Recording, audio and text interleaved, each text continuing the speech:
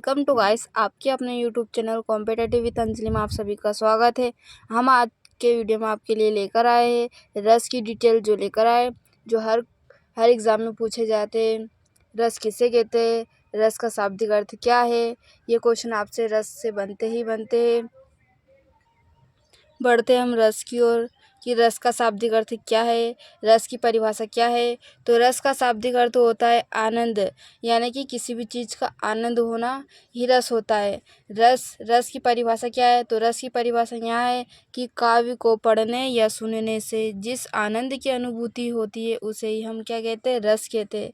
हम आपको not set provide कराने वाले हैं, तो वीडियो के अंत तक ज़रूर बने रहें। रस को देखिए आप पूरी डिटेल से। रस का शाब्दिक अर्थ है आनंद। रस किसे कहते हैं, तो रस काव्य को पढ़ने या सुनने से जिस आनंद की अनुभूति होती है उसे ही हम रस कहते हैं। तो रस को काव्य की आत्मा या प्राण तत्व माना जाता है। रस के 4 अवयव या अंग होते हैं। एक होता है स्थायी भाव, विभाव, अनुभाव, संचारी भाव। जो रस के 4 अवयव या अंग पूछे तो भी 4 ही होते हैं और अवयव पूछे तो भी 4 ही होते हैं। ये बहुत इम्पोर्टेंट फैक्ट है दो हमारे, कि रस को काव्य की आत्मा कहा जाता है और रस के 4 अवयव या 4 अंग होते हैं, स्थायी भाव, विभाव, अनुभाव, संचारी भाव। बढ़ते हम रस के प्रकार की ओर कि रस के कितने प्रकार होते हैं। वैसे तो रस के 10 प्रकार होते हैं, लेकिन एक भक्ति रस जोड़ा गया है, तो हम 10 रस को ही पढ़ने वाले हैं। श्रृंगार रस, हास्य रस, करुण रस, वीर रस, रौद्र रस, भयानक रस, विभत्स रस, अद्भुत रस, शांत रस, और एक होता है हमारा लास्ट वाला वत्सल रस। और रस के स्थायी भाव भी पूछे जाते हैं, ऑब्जेक्ट में पूछे जाते हैं कि श्रृंगार रस का स्थायी भाव क्या है, तो हम इनके स्थायी भाव भी देख लेंगे। श्रृंगार रस का स्थायी भाव होता है रति होता है। क्या होता है, रति। और जो हास्य रस का स्थायी भाव होता है वो होता है हास।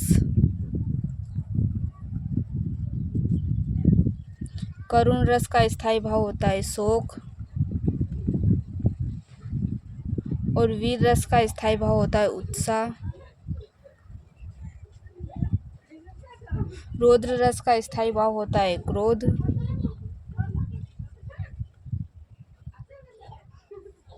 और जो भयानक रस का स्थायी भाव होता है भय।